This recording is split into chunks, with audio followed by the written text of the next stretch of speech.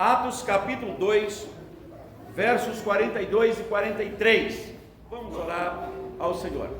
Pai Santo, nós queremos dar graça ao Teu nome nesta noite, pela história da igreja presbiteriana de Resende, uma igreja, ó Deus, calcada em Tua palavra. Agradecemos pelas vidas que já passaram por aqui, pelas vidas que estão aqui e, ó Deus, pelas vidas que ainda passarão, para continuar glorificando o Teu nome. Abençoa a igreja do instante presente, que são as crianças, adolescentes, jovens e os adultos, principalmente, ó Deus, aqueles que estão em Tua casa nesta noite, aqueles que não puderam vir por motivo de enfermidades. Que a Tua graça curadora, restauradora, seja presente, ó Deus, em cada vida. Abençoa as nossas crianças, para que elas continuem crescendo, também não só em estatura, mas no conhecimento e no temor do Senhor, porque é o princípio da sabedoria. Fica conosco, fala o nosso coração, em nome de Jesus. Amém. Irmãos, e deixemos a Bíblia aberta em Atos capítulo 2, especialmente os versos 42 e 43. Em 1949, então, a nossa igreja, esta igreja, é organizada em igreja. E aí de lá para cá são 74 anos. E aí nós temos duas filhas, a igreja presbiteriana de Itapuca e a igreja presbiteriana em Itatiaia. São poucas filhas. No entanto, é uma igreja acolhedora. Estava pensando esta semana sobre quantas famílias de militares, em especial, essa igreja recebe todo final de ano.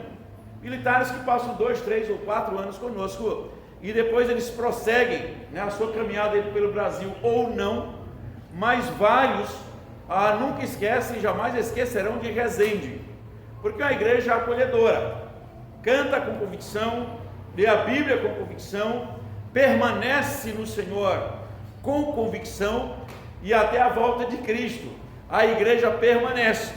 E aí, como disse o apóstolo Paulo, cada um combate o bom combate, completa a carreira, está esperando a coroa que vem do Senhor, e disse: o qual reto juiz nos dará naquele dia, não somente a mim, mas a todos quantos amam a vinda do Senhor Jesus Cristo. Então ontem nós vimos com o reverendo Profírio sobre uma igreja. Qual foi o tema mesmo? Relevante. Igreja relevante. Uma igreja relevante. Sei que tinham esquecido. Uma igreja relevante, e o Profírio citou uma frase interessante: se a igreja deixa de ser relevante para a cidade, então ela perde a razão de ser.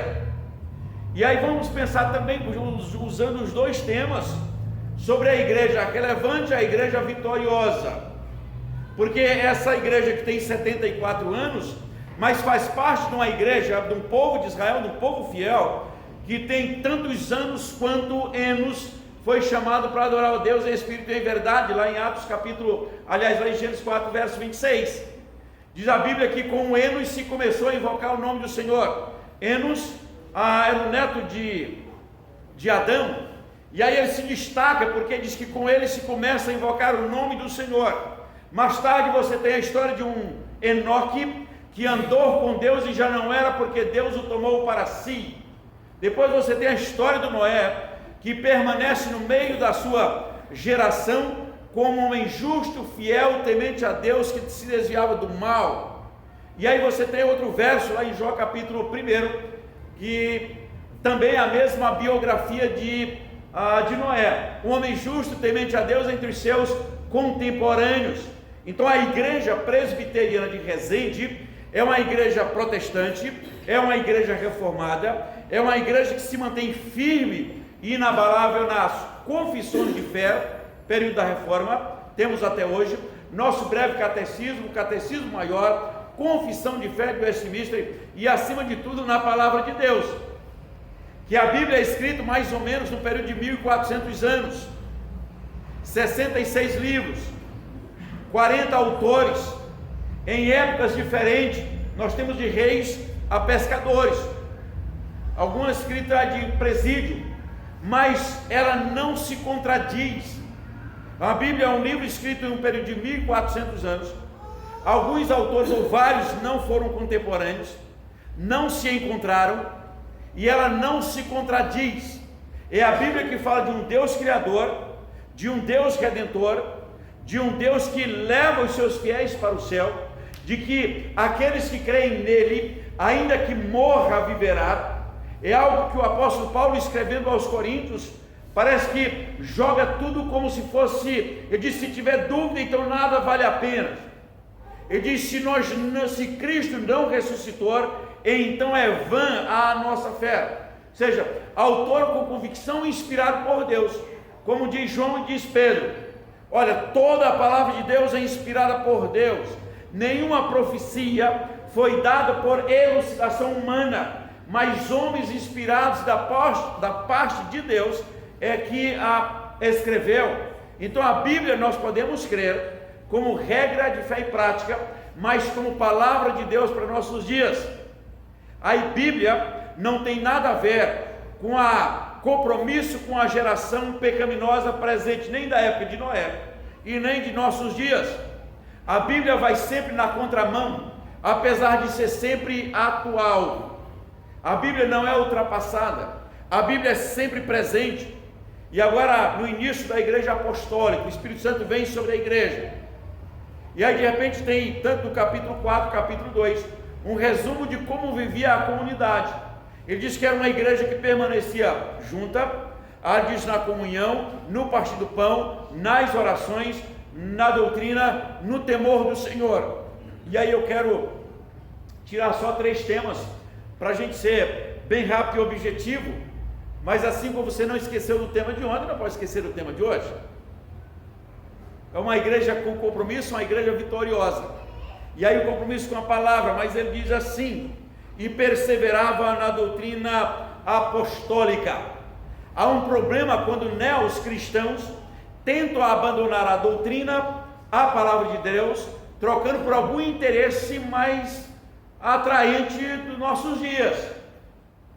E aí a doutrina apostólica, você pode incluir todos os temas da igreja, como perseverança dos santos, salvação pela graça, sem o arrependimento não há conversão e muito menos salvação, a doutrina do inferno, que é uma realidade, a inferno do céu, a ideia doutrinária de céu e de inferno é central na Bíblia.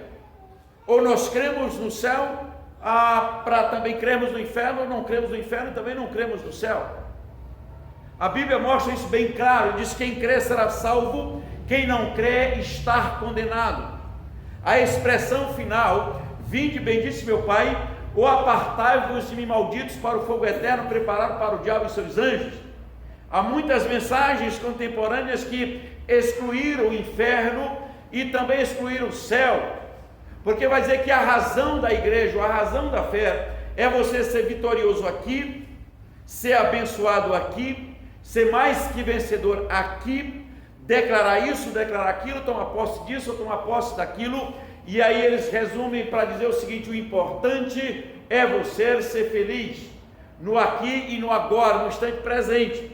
No entanto, olha o que diz o verso de número 38 do texto lido. Há uma primeira doutrina aí. Ele diz: respondeu-lhe Pedro, porque Pedro faz um sermão e as pessoas ouvintes ficam sem saber o que fazer e perguntam: então, o que é que nós vamos fazer? Olha a resposta de Pedro no verso 38: arrependei-vos e cada um de vós seja batizado em nome de Jesus Cristo para a remissão de vossos pecados e recebereis o dom do Espírito Santo. Doutrina apostólica também é doutrina do arrependimento para a vida. E hoje há muitas mensagens que não traz mensagem de arrependimento para a vida. É apenas você escolher uma religião, uma praxe supostamente cristã, e aí você prossegue. Abandonaram a Bíblia, abandonaram as convicções cristãs, abandonaram a doutrina da salvação, e aí cada dia que passa, isso vai se tornando um problema.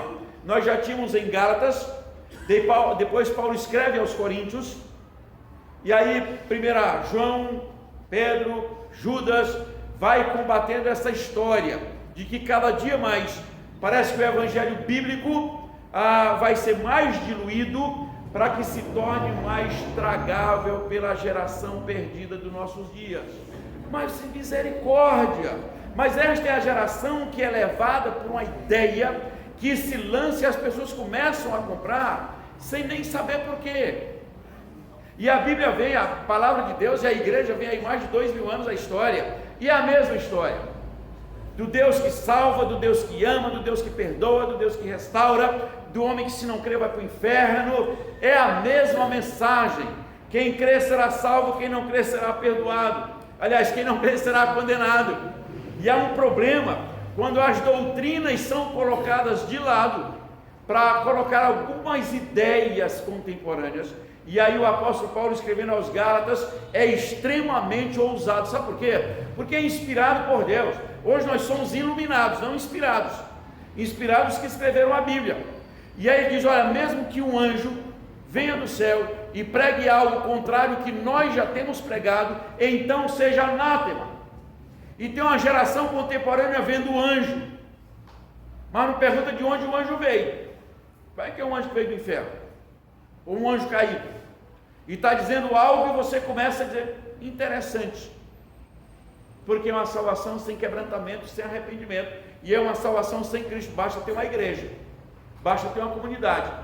E aí alguém vem e diz assim: mas a doutrina de eclesiologia de igreja, isso deve deixar em segundo plano. Irmãos, é preciso ler a Bíblia e começar a ler desde o tabernáculo, desde a tenda, o cuidado de Deus para a construção do templo, como que ele chama especialista em cada área.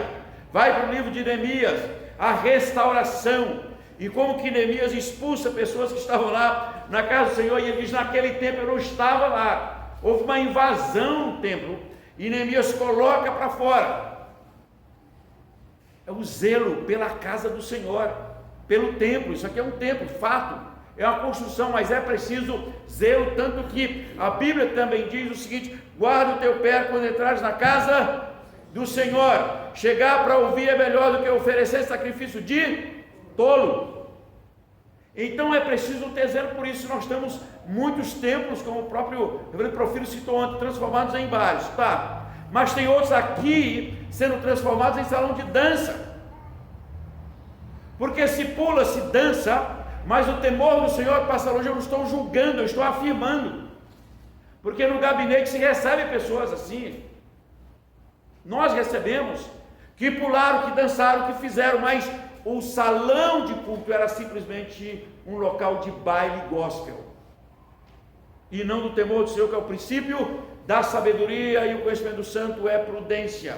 É preciso ver na Bíblia o zelo de Deus pelas construções com locais específicos de adoração ao Senhor, com respeito, com honra, com temor. Então ele diz o seguinte: a igreja permanece, primeiro, na doutrina apostólica, segunda coisa, na oração. Está se tirando a santa mania de oração, pelo corre-corre dos dias.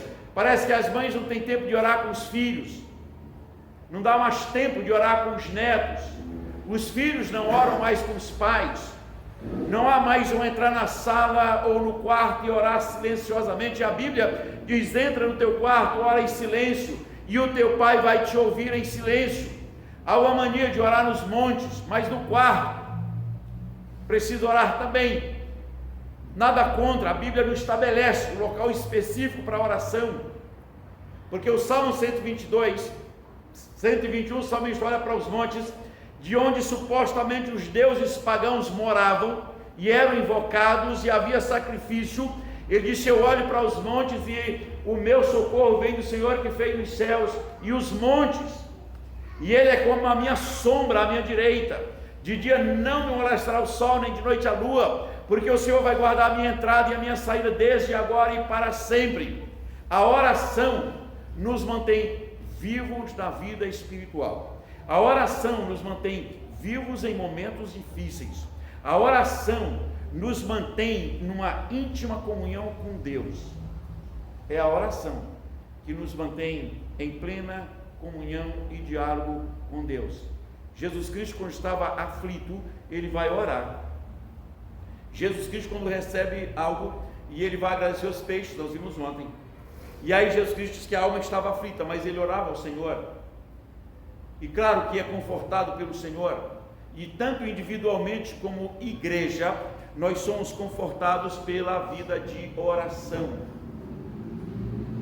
Oração, alguém diz uma frase que é algo que move o coração de Deus. Na verdade, a oração é o nosso diálogo com Deus. Você ora e você lê a Bíblia. Quando você lê a Bíblia, Deus fala com você. Quando você ora, você fala com Deus. E aí você estabelece um diálogo. E quando o salmista diz assim: olha, me invoca no dia da tua angústia, eu vou te responder, ou te responderei. Jeremias 33, 3, um período de extrema dificuldade. Deus vai falar para o profeta, lá no verso 3 do capítulo 3: invoca-me e te 33, 3, invoca-me e te responderei. Anunciaste coisas grandes e ocultas de que não sabes, porque assim diz o Senhor, o Deus de Israel. Todos vocês já tiveram experiência de oração. É o segundo ponto. Ele diz: é preciso ter doutrina, não desperdice a doutrina bíblica e de Deus ou apostólica, não desperdice a vida de oração, não desperdice o temor do Senhor, porque nós vivemos em dias em que está se acabando o respeito e o temor. Nós vimos muitas coisas do passado, e hoje em dia parece que não é mais bem assim. Citando casos rápidos, por exemplo, casos de professoras que quando você entrava na sala, a professora, os alunos se levantavam. Hoje eles jogam lápis, papel, carteira, livro, qualquer coisa. Quase que a professora tem que ir com escudo. E havia tempo, não defendo isso, mas que tinha palmatória para criança. E meus pais criaram 12 e diziam o seguinte: se apanhar, lá vai apanhar aqui de novo. Hoje, se qualquer disciplina para uma criança se colocar para pensar, os pais vão em defesa e dar um problema sério para os educadores. E essa cultura também invade a igreja. A mesma coisa, o pastor e os presbíteros, e as ovelhas, e eles são administrados e conduzidos pelo conselho e pelo pastor da igreja. Mas às vezes não pode dizer assim: não, mas não é bem assim não, presbítero, ou não é bem assim não, pastor. Mas esses homens são os responsáveis que conduziram essa igreja por 74 anos, como uma igreja inabalável no Senhor, como uma igreja que é baseada na palavra de Deus, como uma igreja que defende as doutrinas bíblicas e permanece na forma de governo e liturgia da igreja presbiteriana reformada. E vai ser assim por mais 74, por mais 120, no culto dos 120 eu quero estar, para ver como é que vocês permaneceram. Então, voltando os olhos, Paulo vai dizer, olha, aliás, o Lucas, autor de Atos, vai dizer, olha, a igreja permanecia firme na doutrina, firme nas orações, firme no temor do Senhor. E aí tem algo interessante no último verso desse texto, que é o verso 47. Olha o que é que acontece quando a igreja permanece na doutrina, na oração e no temor do Senhor. Olha o que é que acontece no verso 47: louvando a Deus e contando com a simpatia de todo o povo, e enquanto isso acrescentava-lhes o Senhor dia a dia os que iam sendo salvos. Então, como a igreja tem essa história, a igreja é abençoadora, ela recebeu tanta gente, né, na nossa história, e diz que a igreja, ela permanece na doutrina, na oração, e ela diz no temor do Senhor. Naturalmente a igreja conquista a simpatia dos que vêm visitar, ou daqueles que te encontram em algum lugar. E aí diz que o Senhor naturalmente acrescenta os que vão sendo salvos. É Deus quem envia e a igreja recebe. O que está hoje é uma disputa por membros. Quem recruta mais? Membros recrutados passam a vida na igreja, morrem e vão para o inferno. Fato isso. Mateus capítulo 7, 22 e 23, se você não crer, vai lá ler. A igreja não recruta, a igreja evangeliza, e quem convence do pecado e do juízo é o Espírito Santo. E esse que é convertido e nascido de novo, as portas do inferno não prevalecerão sobre ele. Efésios 1:3 diz o seguinte: em quem também vós, depois que ouviram a palavra da verdade, tendo nele também crido, fostes selados com o Espírito Santo da promessa. E aí vem para Efésios 1:3 principalmente, diz que nós estamos em Cristo e vamos permanecer em Cristo, e é Deus quem abençoa e sustenta a igreja. Então Deus tem nos abençoado com toda a sorte de bênção nas regiões celestiais em Cristo. Então é preciso que a igreja que quer fazer história, a igreja vitoriosa, e uma igreja que faz diferença para o mundo, como vimos ontem, é a igreja que, tudo que o Profilo falou ontem, que o reverendo Profilo falou ontem, e é a igreja que tem doutrina, que se mantém na doutrina, que se mantém em oração, que se mantém no temor do Senhor. E diz que desta forma, ela conquista a simpatia dos contemporâneos.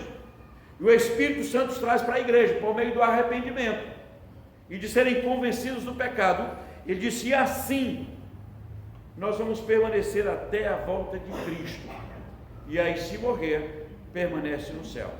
Se é só recrutado, como nós temos muitos movimentos hoje, de pessoas que são recrutadas para o movimento gospel, são recrutados e vão passar a vida, que é um ambiente social agradável, a gente canta, a gente pula, a gente dança, a gente dá glória, é uma festa, mas no final, a Bíblia diz assim, se não houve conversão, ele disse, eu não vos conheço.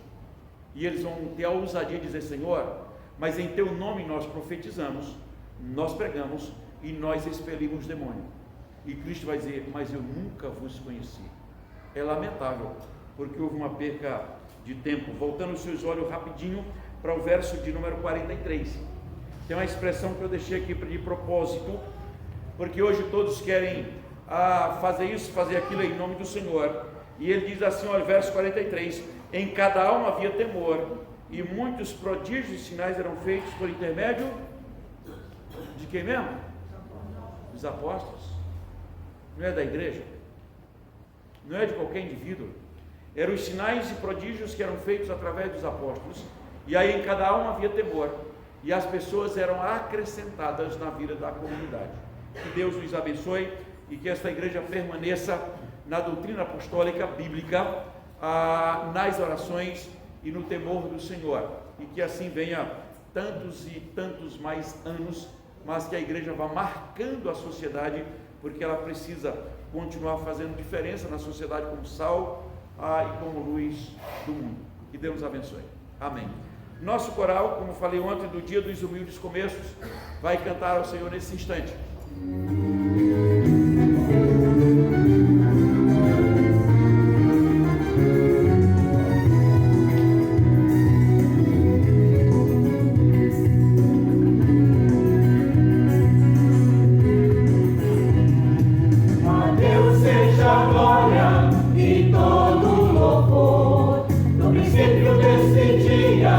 Até o sol se pôr, com o nosso coração e com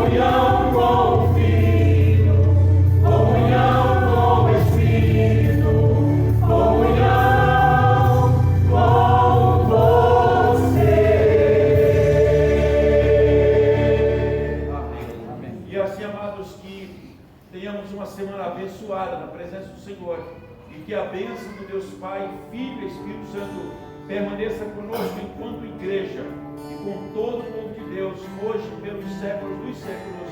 Amém.